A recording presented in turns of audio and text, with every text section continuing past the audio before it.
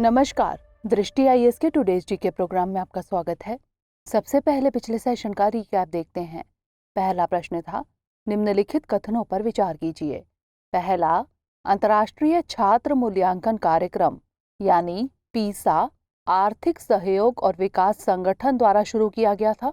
दूसरा, 2012 अंतर्राष्ट्रीय छात्र मूल्यांकन कार्यक्रम में भारत ने चीन के बाद गणित की परीक्षा में शीर्ष स्थान हासिल किया। तीसरा, पीसा परीक्षण प्रतिवर्ष आयोजित किया जाता है। उपरोक्त में से कौन सा या से कथन सही है या फिर हैं? इसका सही जवाब था केवल एक। अगला प्रश्न था, रेमन मैग्सेसे पुरस्कार के संदर्भ में निम्नलिखित कथनों पर विचार कीजिए। पहला, इसका नाम इंडोनेशिया के पहले राष्ट्रपति रेमन मैग्सेसे के नाम पर रखा गया है। दूसरा, अवार्ड फाउंडेशन हर साल पत्रकारिता और साहित्य के क्षेत्र के लिए पुरस्कार विजेताओं का चयन करता है। उपर्युक्त में से कौन सा या से कथन सत्य है या फिर हैं? इसका सही जवाब था ना तो एक और ना ही दो। अगला प्रश्न था, निम्नलिखित कथनों पर विचार कीजिए। पहला, उन्हें अंतरधार्मिक समझ के लिए अकादमिक आंदोलन के अग्रदूत के रूप में जाना जाता है। दूसरा, उनके द्वारा लिखे गए महत्वपूर्ण किताबों में मजमा उल बहरीन और सिरे अकबर शामिल है। तीसरा, उन्होंने उपनिषदों का संस्कृत से फारसी में अनुवाद किया। उपर्युक्त कथन निम्नलिखित में से किस व्यक्ति का वर्णन करते हैं? इसका सही जवाब था दारा शिकोह। अगला प्रश्न था, निम्नलिखित कथनों पर विचार कीजिए। पहला, दक्षिण एशियाई क्षेत्रीय सहयोग संघ यानी सार्क की स्थापना काठमांडू में सार्क चार्टर पर हस्ताक्षर के साथ हुई थी। दूसरा, 2005 में हुए 13वें वार्षिक शिखर सम्मेलन में अफगानिस्तान सार्क का सबसे नया सदस्य बना था। उपर्युक्त में से कौन सा या से कथन सत्य है या फिर हैं? इसका सही जवाब था केवल दो। अगला प्रश्न था, national mission on edible oil oil palm के संदर्भ में निम्नलिखित कथनों पर विचार कीजिए। पहला, यह एक केंद्र प्रायोजित योजना है।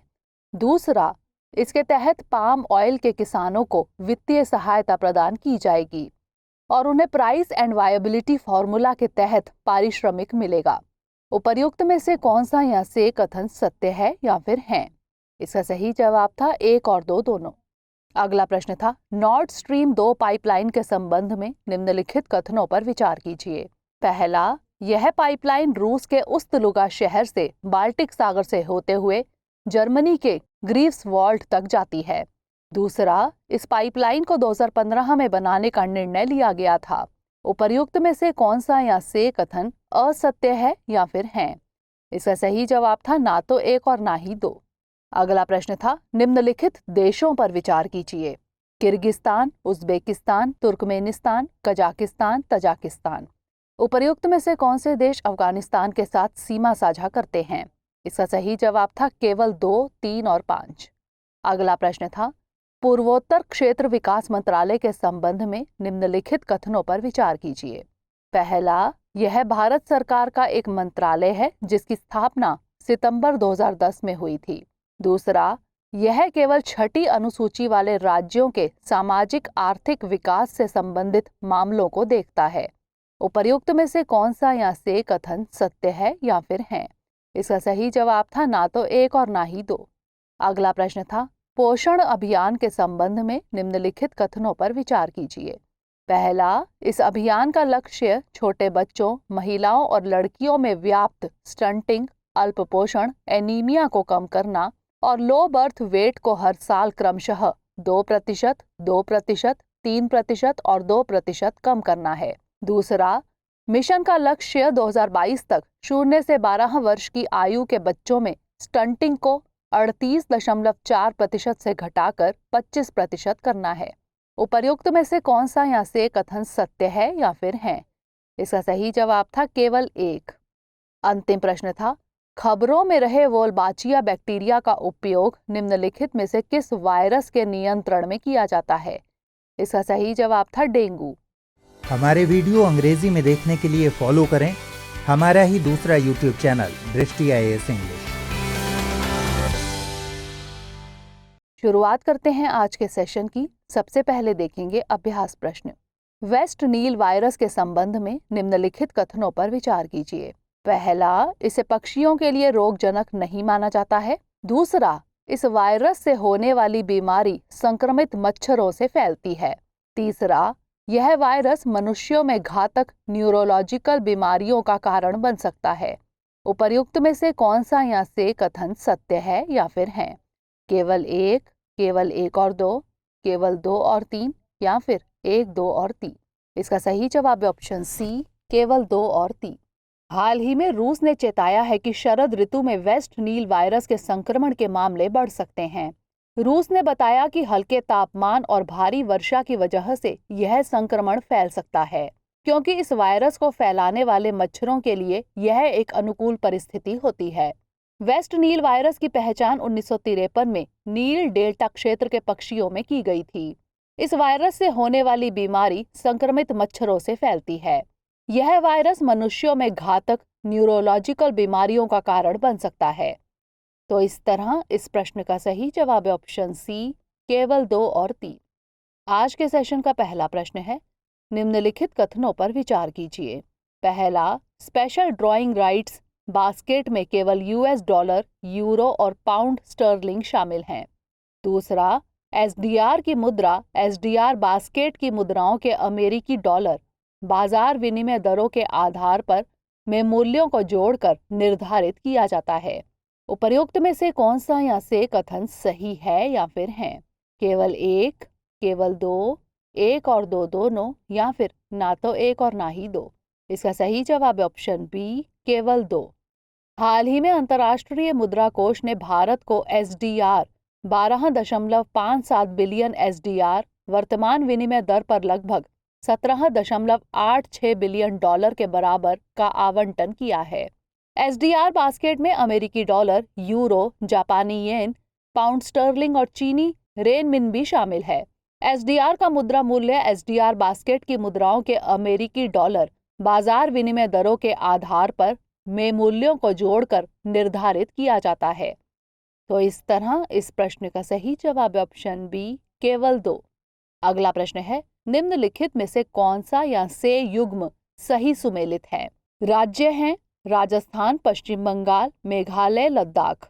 और राजकीय पशु हैं काला हिरन, फिशिंग कैट, क्लाउडेड तेंदुआ और हिम तेंदुआ। नीचे दिए गए कूट का प्रयोग कर सही उत्तर चुनिए। केवल 1 और 3, केवल 2, केवल 2, 3 और 4 या फिर 1, 2, 3 और 4। इसका सही जवाब है ऑप्शन सी, केवल 2, 3 और 4। हाल ही में लद्दाख ने 2 एंडेंजर्ड प्रजातियों हिम तेंदुआ और काली गर्दन वाले सारस यानी ब्लैक नेक्ड क्रेन को क्रमशः राजकीय पशु और राजकीय पक्षी घोषित किया है। राजस्थान का राजकीय पशु चिंकारा है, पश्चिम बंगाल का राजकीय पशु फिशिंग कैट है, मेघालय का राज्य पशु क्लाउडेड तेंदुआ है। तो इस तरह इस प्रश्न का सही जवाब है ऑप्शन सी, केवल 2, 3 और 4। अगला प्रश्न है, निम्नलिखित में से कौन सा या से सैंडस्टॉर्म के नकारात्मक परिणाम हो सकता है या फिर हो सकते हैं या फिर हैं? कम कृषि उपज, तेजी से बर्फ का पिघलना, समुद्री खाद्य जल में असंतुलन। नीचे दिए गए कूट का प्रयोग कर सही उत्तर चुनिए। केवल 1 और 2, केवल 2, केवल 2 और 3 या फिर 1, 2 और 3। इसका सही जवाब है ऑप्शन ए, केवल 1 और 2। संयुक्त राष्ट्र की एक नई रिपोर्ट के अनुसार भारत में 500 मिलियन से अधिक लोग एवं तुर्कमेनिस्तान, पाकिस्तान, उज्बेकिस्तान, ताजिकिस्तान और ईरान की पूरी आबादी के 80% से अधिक लोग सैंड व डस्ट स्टॉर्म की वजह से प्रदूषित हवा में सांस लेने को मजबूर हैं। सैंड स्टॉर्म के नकारात्मक परिणाम हैं, मीठे पानी के स्रोत को प्रभावित करता है, कम कृषि उपज, तेजी से बर्फ का पिघलना और समुद्री खाद्य जाल में असंतुलन। सैंडस्टॉर्म के सकारात्मक प्रभाव हैं निक्षेपण यानी डिपॉजिट के क्षेत्रों में पोषक तत्वों की मात्रा में वृद्धि और लोहे को ले जाने वाले धूल के कण महासागरों के कुछ हिस्सों को समृद्ध कर सकते हैं, फाइटोप्लैंक्टन संतुलन में सुधार कर सकते हैं और समुद्री खाद्य जाल को प्रभावित कर सकते हैं। तो इस तरह इस प्रश्न का सही जवाब है ऑप्शन ए, केवल 1 और 2। अगला प्रश्न है, सबमरीन ज्वालामुखियों यानी सबमरीन वॉल्केनोज के संबंध में निम्नलिखित कथनों पर विचार कीजिए। पहला, यह समुद्र की सतह के नीचे विस्फोटक उद्भेदन का कारण बन सकते हैं। दूसरा, ये समुद्र की सतह पर प्रतिकूल प्रभाव डालते हैं, जिससे सुनामी भी आने की संभावना रहती है।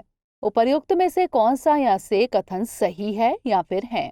केवल एक, केवल दो, दोनों एक और दो, या फिर ना तो एक और ना ही दो। इसका सही जवाब है ऑप्शन डी, ना तो एक और ना ही दो। हाल ही में फुकुटोकू ओकानोबा सबमरीन ज्वालामुखी जापान से दूर प्रशांत महासागर में फट गया। पनडुब्बी ज्वालामुखी स्थलीय ज्वालामुखियों की तुलना में काफी अलग होते हैं, क्योंकि इनमें हवा के बजाय पानी में विस्फोट होता है। उदाहरण के लिए सबमरीन ज्वालामुखियों में विस्फोटक उद्भेदन होना असामान्य है। अधिकांश सबमरीन ज्वालामुखी समुद्र की सतह पर प्रतिकूल प्रभाव नहीं डालते हैं। तो इस तरह इस प्रश्न का सही जवाब है ऑप्शन डी, ना तो एक और ना ही दो। अगला प्रश्न है, निम्नलिखित कथनों पर विचार कीजिए। पहला, आर्थिक सहयोग और विकास संगठन यानी OECD का मुख्यालय पेरिस में है। दूसरा, भारत OECD का सदस्य है। उपर्युक्त में से कौन सा या से कथन सही है या फिर है? केवल एक, केवल दो, एक और दो दोनों, या फिर ना तो एक और ना ही दो। इसका सही जवाब है ऑप्शन ए, केवल एक। OECD एक अंतर्राष्ट्रीय संगठन है जिसका मकसद सभी के लिए समृद्धि, समानता, अवसर और कल्याण को बढ़ावा देने वाली नीतियां बनाना है। इसका मुख्यालय पेरिस में है। भारत इसका सदस्य नहीं है, लेकिन इस संगठन के प्रमुख भागीदारों में से एक है। तो इस तरह इस प्रश्न का सही जवाब है ऑप्शन ए, केवल एक। अगला प्रश्न है, प्रेसिडेंट्स कलर अवार्ड किस क्षेत्र में प्रदान किया जाता है? शिक्षा, सैन्य, साहित्य, या फिर अर्थशास्त्र? इसका सही जवाब है ऑप्शन बी, सैन्य। राष्ट्रपति रामनाथ कोविंद 6 सितंबर को गोवा में INS हंस पर होने वाली औपचारिक परेड में भारतीय नौसेना विमानन को प्रेसिडेंट्स कलर अवार्ड से सम्मानित करेंगे। यह राष्ट्र के लिए असाधारण सेवा के सम्मान में सैन्य इकाई को दिया जाने वाला सर्वोच्च सम्मान है। तो इस तरह इस प्रश्न का सही जवाब है ऑप्शन बी, सैन्य। अगला प्रश्न है, ग्रीन हाइड्रोजन के संबंध में निम्नलिखित कथनों पर विचार कीजिए। पहला, नवीकरणीय ऊर्जा का उपयोग करके पानी के विद्युत अपघटन द्वारा ग्रीन हाइड्रोजन का उत्पादन किया जाता है। दूसरा, इसमें बाई प्रोडक्ट के रूप में पानी, जलवाष्प और कार्बन डाइऑक्साइड का उत्पादन होता है, जिन्हें कैप्चर और संग्रहित किया जाता है। उपर्युक्त में से कौन सा या से कथन सत्य है या फिर है? केवल एक, केवल दो, एक और दो दोनों, या फिर ना तो एक और ना ही दो। इसका सही जवाब है ऑप्शन ए, केवल एक। हाल ही में केंद्र सरकार ने ग्रीन एनर्जी ओपन एक्सेस के माध्यम से नवीकरणीय ऊर्जा को बढ़ावा देने के लिए ड्राफ्ट इलेक्ट्रिसिटी रूल्स 2021 का एक नया सेट प्रस्तावित किया है। नवीकरणीय स्रोतों से उत्पादित होने वाली बिजली का उपयोग करके ग्रीन हाइड्रोजन उत्पादन करना भारत सरकार की प्राथमिकताओं की सूची में टॉप पर है। नवीकरणीय ऊर्जा का उपयोग करके पानी के विद्युत अपघटन द्वारा ग्रीन हाइड्रोजन का उत्पादन किया जाता है। इसमें बाई प्रोडक्ट के रूप में केवल पानी और जल वाष्प बनते हैं। ब्लू हाइड्रोजन प्राकृतिक गैस से उत्पन्न होती है, जहां कार्बन कैप्चर और स्टोरेज का उपयोग करके उत्सर्जन को रोक दिया जाता है। तो इस तरह इस प्रश्न का सही जवाब है ऑप्शन ए, केवल एक। अगला प्रश्न है, GST परिषद के संबंध में निम्नलिखित कथनों पर विचार कीजिए। पहला, यह एक वैधानिक निकाय है। दूसरा, इसका प्रत्येक निर्णय उपस्थित और मतदान करने वाले सदस्यों के भारित मतों के कम से कम 3/4 बहुमत से लिया जाता है। तीसरा, इसकी अध्यक्षता केंद्रीय वित्त मंत्री करते हैं। उपर्युक्त में से कौन सा या से कथन सत्य है या फिर है? केवल एक, केवल एक और दो, केवल एक और तीन, या फिर केवल दो और तीन? इसका सही जवाब है ऑप्शन डी, केवल दो और तीन। इस महीने की 17 तारीख को लखनऊ में GST परिषद की 45वीं बैठक होगी। यह अनुच्छेद 279A के तहत एक संवैधानिक निकाय है। यह GST यानी वस्तु एवं सेवा कर से संबंधित मुद्दों पर केंद्र और राज्य सरकार को सिफारिशें देता है। GST से संबंधित संवैधानिक प्रावधान 101वां संविधान संशोधन 2016 द्वारा जोड़े गए थे। GST परिषद की अध्यक्षता केंद्रीय वित्त मंत्री करते हैं। इसका प्रत्येक निर्णय उपस्थित और मतदान करने वाले सदस्यों के भारित मतों के कम से कम 3/4 बहुमत से लिया जाता है। तो इस तरह इस प्रश्न का सही जवाब है ऑप्शन डी, केवल 2 और 3। अगला प्रश्न है, पूर्वी आर्थिक मंच यानी ईस्टर्न इकोनॉमिक फोरम के संबंध में निम्नलिखित कथनों पर विचार कीजिए। पहला, पूर्वी आर्थिक मंच की स्थापना वर्ष 2015 में रूस के राष्ट्रपति के आदेश द्वारा की गई थी। दूसरा, इसकी बैठक हर साल रूस के व्लादिवोस्तोक में की जाती है। उपर्युक्त में से कौन सा या से कथन सत्य है या फिर है? केवल एक, केवल दो, एक और दो दोनों, या फिर ना तो एक और ना ही दो। इसका सही जवाब है ऑप्शन सी, एक और दो दोनों। पेट्रोलियम मंत्री हरदीप सिंह पुरी व्लादिवोस्तोक में छठे पूर्वी आर्थिक मंच शिखर सम्मेलन में भाग लेने के लिए जा रहे हैं। पूर्वी आर्थिक मंच की स्थापना वर्ष 2015 में रूस के राष्ट्रपति के आदेश यानी डेक्री द्वारा की गई थी।